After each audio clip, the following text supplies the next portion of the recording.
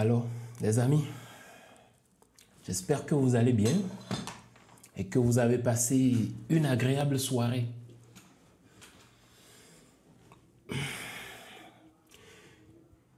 Imagine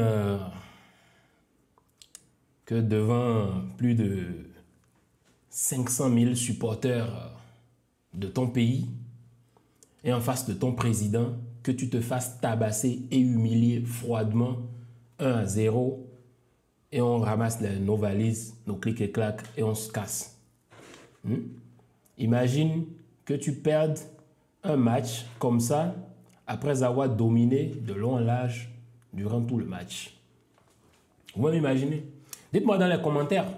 Ils sont allés ramener Kagame, ils ont ramené la police républicaine rwandaise, ils ont ramené les forces armées, je ne sais pas, ils ont ramené tout le bataillon possible.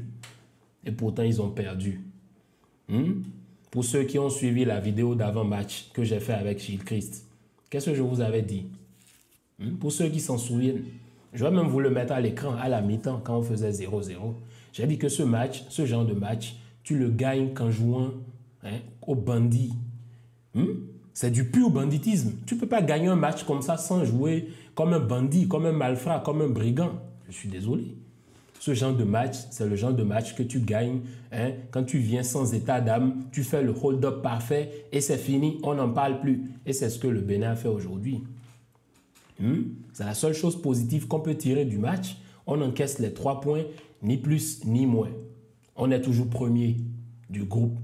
Et bizarrement, je ne sais pas si les planètes sont en train de s'aligner et l'Afrique du Sud fait un match nul. De l'autre côté, il y a le Nigeria qui gagne, mais pour moi, ce n'est pas un problème parce que je l'ai dit dans la précédente vidéo d'avant-match que cette qualification pour la Coupe du Monde, on va la jouer match après match. On va prendre les matchs un à un, jusqu'à ce qu'on le termine.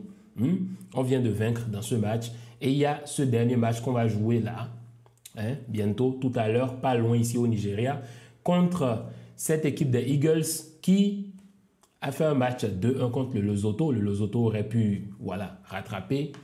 Mais bon, c'est le Lesotho quoi. Tu ne peux pas t'attendre à ce que le Lesotho t'aide dans quelque chose. Mais au moins le Zimbabwe, eux, ils ont sciencé contre l'Afrique du Sud, malgré qu'ils ont pris un rouge.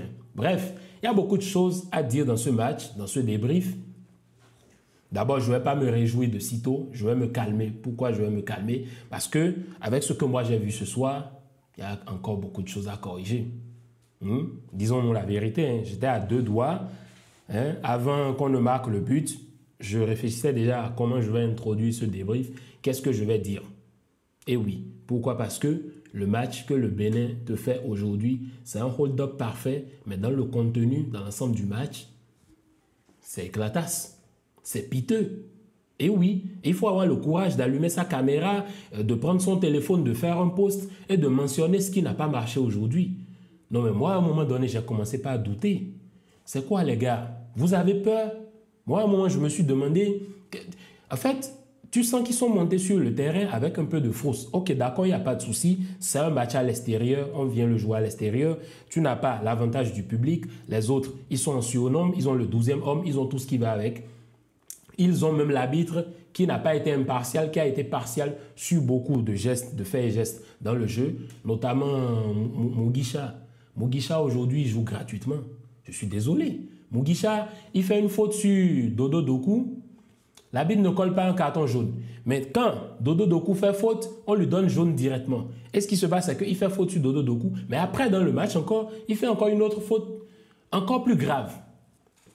Mais il ne se mange pas le 2e carton jaune, rien. En fait, rien ne se passe. En fait, Mugisha, il joue avec, je ne sais pas, une immunité. Bon, je ne sais pas d'où il sort ça. Mais c'est parce que Kagame était là que l'arbitre, il s'est chié dessus. Moi, je ne sais pas. Je vous pose la question. Dites-moi dans les commentaires. Mais l'arbitrage aujourd'hui, c'est catastrophique. Et ce qui est fou dans l'histoire, c'est que beaucoup de joueurs jouent gratuitement comme ça. Pourquoi? Parce qu'il n'y a pas de VAR, il n'y a rien. Donc, il n'y a personne qui peut appeler pour dire « Ah, bah écoute, il y a telle chose qui se passe, il y a telle chose qui ne va pas. Faudrait sciencer ici, il faudrait faire ci, il faudrait faire ça. » Parce qu'il y a tel joueur qui a commis cette action, tout ça. Il n'y a rien. Pas de VAR, rien. Que ce soit en qualification, Coupe du Monde, qualification, CAN, il n'y a absolument rien. Donc, le Bénin, qui, dans le contenu, c'est pas du tout bon. Sincèrement, le repositionnement à la perte de balle, il n'est pas bon. Les sorties de balle ne sont pas bonnes. Il n'y a pas eu de cassure de ligne. Les relances aussi ne sont pas bonnes. Pour moi, aujourd'hui, le seul qui faisait de belles relances, c'était Tidjani. Et Tidjani, mon coup de cœur dans ce match, c'est le seul qui est resté cohérent du début jusqu'à la fin. Que ce soit dans les relances, même s'il y a une relance qu'il rate, il est propre dans tous les faits et gestes. Costaud dans la défense. Vous l'avez vu dans un 1v1 parce que les joueurs rwandais avaient peur. Parce que qu'est-ce qu'il a fait? Dès que le match a commencé, il s'est imposé de par sa présence. Il a montré que ici, lui, c'est le rock, c'est le patron et que personne ne va l'influencer. Tidjani qui est propre dans les relances, même dans les anticipations, c'est le seul qui a fait les meilleures anticipations dans ce match. Qu'est-ce que les autres ils ont fait? Moi, je n'ai pas aimé le match des autres. Regardez l'animation offensive. Catastrophique sur les ailes. J'ai rien vu, il n'y a rien qui n'a été créé sur les ailes. Disons-nous la vérité. Andreas, timide. Moi, Andreas, je suis déçu aujourd'hui, Andreas. Je te le dis, face to face, je suis déçu par ton match. Parce que moi, je m'attendais à plus. Et je l'ai même dit à Gilles Christ. Dans l'avant-match, je disais, moi, je vois un Andreas aujourd'hui qui, sur l'aile, te fait la misère à cette équipe du Rwanda. Et aujourd'hui, il est éteint. J'ai même oublié le nom du défenseur. On dit il perd les balles, Andreas perd les balles, Andreas dans le 1v1, il ne fait pas peur. En fait, même dans les provocations, ça ne va pas. De l'autre côté, vous avez Jodel aussi. L'animation offensive sur l'aile droit, c'est pas aussi ça. Même si je peux accepter le fait qu'il vienne aider Woro au niveau en défense.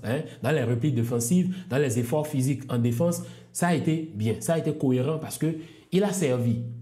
Il a beaucoup joué, il a joué son rôle dans les descentes. Mais sur l'aile, dans la proposition offensive, c'était pas intéressant, Jodel. Et la preuve, Gernot Rohr, il a compris à la mi-temps, il a sorti à la mi-temps parce que physiquement aussi, on sait que ce n'est pas vraiment ça. Donc, il faut faire très attention. Donc, on le sort. Il y a Ayengu Tossi qui entre. D'ailleurs, c'est lui qui marque le but de la victoire. Je vais rapidement faire un commentaire sur le but. Et je vois que sur les pages, partout, il y a beaucoup de personnes qui n'en parlent pas. D'abord, laissons même le dégagement de Dandjinou qui est incroyable. Un dégagement, mais quelle vision de jeu à ce moment donné du match là. En fait, Dandjinou, en parlant même des coups de cœur de ce match, Dandjinou incroyable. Sur 2 occasions, 3 occasions franches, il est concentré, il est posé, il est là, il est sur ses appuis. Ce qu'on appelle un gardien qui est sur ses appuis, parce que peut-être il y en a qui ne le savent pas, mais un gardien, ça défend sur ses appuis, sur le talon. Donc c'est comme ça. Et vous allez voir que sur la frappe de Mugisha, voilà, Mugisha qui devrait être expulsé, mais qui au final est devenu à un moment donné du match la figure du match. Une frappe de Mugisha, et vous avez Dandjinou qui est sur ses appuis. Mais c'est ce que moi j'ai aimé, mais c'est incroyable. Quelle manière de défendre son but de Dandjinou. Sur ses appuis, il fait tac, tac, il saute, la détente, il met la main, il enlève la balle. Et il réagit vite encore pour la récupérer. Dandjinou, le dégagement incroyable. Mais personne ne parle du gros travail de Mounier. Vous avez vu comment Mounier, il la reprend de la tête. Sortez-moi une seule séquence vidéo dans ce match où Mounier a perdu un duel aérien. Que ce soit en milieu de terrain, au niveau du centre, que ce soit dans la surface adverse. Il n'a perdu aucun duel. La preuve, il y a même un duel où il la remet et il n'y a personne pour frapper dans la surface de réparation. Mounier, le gros travail qu'il fait là, avec tout le dérangement qu'il y avait à côté, il prend la détente, il prend les appuis, il monte. Cabeçasso, et qu'est-ce qui se passe derrière? L'autre, il va, le défenseur, il doute. Il n'y a pas de doute là. Tu ne peux pas douter à ce moment-là du match. Parce que là, c'est le moment où tu actives le banditisme. Et c'est là où le banditisme s'est activé. Et Tossi, il a mis son but pour nous donner les 3 points. Ah oui, c'est comme ça se passe. Maintenant, après ça, il faut parler du milieu de terrain. Dodo, que dire? Je ne sais pas si le fait qu'on lui ait permis de jouer entre 2 à 4 mètres un peu plus devant, je ne sais pas si ça a avantagé l'équipe ou si ça a pénalisé l'équipe. Vous dites-moi dans les commentaires. Parce que moi, Dodo, ok, d'accord, dans le pressing, son pressing était bon, mais il courait sans cesse de gauche à droite, partout. Ok, on sent qu'il était dans ce rôle-là de vouloir mettre du pressing pour difficultaient les sorties de balles de cette équipe du Rwanda. Mais le problème, c'est que eux, au milieu de terrain, ils étaient peuplés. Ils évoluaient dans un 3-5-2, pratiquement, de ce que moi j'ai vu et analysé dans le match. Donc le milieu de terrain était peuplé, ce qui a fait qu'ils ont neutralisé carrément notre milieu à 3. C'est Sid Almeida, c'est mauvais, c'est pas bon. Imran Hassan, c'est pas bon. Moi, à un moment, Imran, j'ai compris qu'il a compris le jeu. Et qu'est-ce qu'il faisait? Il décrochait pour revenir, pour descendre vers la surface de réparation, attirer les milieux de terrain de cette équipe ou les attaquants de cette équipe du Rwanda. Donc, qu'est-ce qu'il fait? Il décroche, il les attire, 1-2 avec Tidjani ou avec Verdon pour décaler, pour faire de meilleures sorties de balles en attirant l'adversaire vers notre camp. Donc, qu'est-ce qui allait se passer? S'il attirait relativement bien et les autres arrivaient à faire des sorties de balles propres derrière, on aurait pu casser les lignes et exploiter les ailes. Mais qu'est-ce qui s'est passé? Personne n'a compris ce que Imran voulait. Chaque fois qu'il décrochait, il descendait. Je ne voyais pratiquement personne lui remettre la balle. Donc, ça veut dire qu'il y a un problème dans la cohésion. Et c'est là que tu sens aussi l'absence d'un joueur comme Junior Olaitan.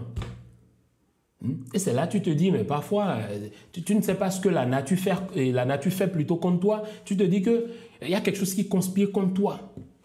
Et Junior, aujourd'hui, il a manqué dans ce match. Junior, dans ce match, vous imaginez comment ce qu'il allait proposer au milieu de terrain, incroyable. Doku Dodo, il se couche, il commence à faire perdre le temps, il tombe, il se roule, il fait...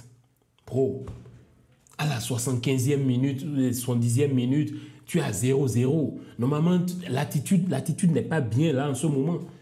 Tu te lèves et tu joues au ballon. Tu ne te mets pas à te coucher au sol, à gagner du temps. Quel temps tu veux gagner là?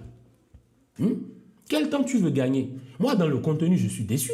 On gagne les 3 points, mais regardons-nous dans les ice. Comme le dirait l'autre, le jeu, il a été piteux. Le jeu n'a pas été bon.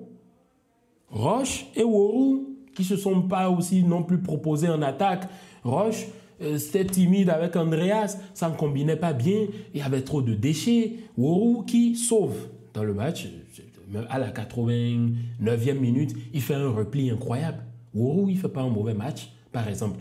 On avait bien dit que cette équipe du Rwanda, c'est une équipe qui exploite les couloirs. Et on l'a vu aujourd'hui. Les occasions qu'ils ont eues, ils ont exploité le couloir et même l'axe. Ils ont cassé les lignes. Ils nous ont mangé dans le dos de la défense. Ils sont allés et qu'est-ce qui s'est passé? Ils ont eu des occasions franches. Mais Danjino était là. On avait aussi une défense qui était aussi concentrée. Ça, il faut le leur reconnaître. Mais le milieu de terrain, ce que le milieu de terrain aurait pu faire aujourd'hui, ils n'ont pas du tout été au rendez-vous. Que ce soit le milieu et l'attaque. Ils n'ont pas du tout été au rendez-vous. Je suis désolé. Et je suis déçu. Mais bon, on encaisse les 3 points. Et le prochain match, c'est contre le Nigeria.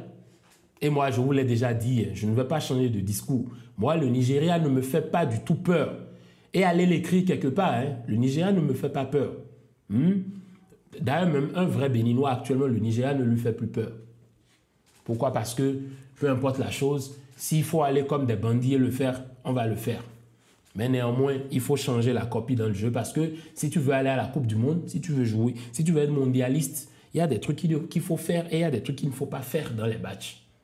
Il y a des trucs qu'il ne faut pas faire. Donc, 17 points de cette équipe du Bénin qui fait un hold-up parfait à Kigali en espérant jouer le match prochain, c'est le mardi. Et qui sait, peut-être que je vais ressortir ma séquence vidéo où j'ai dit que j'allais dire une dinguerie, que pour moi, le Bénin pourrait aller à la Coupe du Monde. Et oui, et je pèse mes mots. Bref, on verra ce qui va se passer, les amis. N'oubliez pas de me dire dans les commentaires, vous, ce que vous avez pensé de ce match, vos tops, vos flops, et comment cette équipe pourrait battre le Nigeria. De toute façon, on va faire une vidéo d'avant-match sur ça. On va en parler et on verra comment le Bénin s'en sort. Allez, c'était tout pour la vidéo. Bien de choses à vous. Je ne sais pas si j'ai autre chose à rajouter. Mounier, bon non, Mounier qui fait un gros travail sur le but, même si dans l'ensemble du match, dans ce match. Bref, c'était tout. Bien de choses à vous et peace.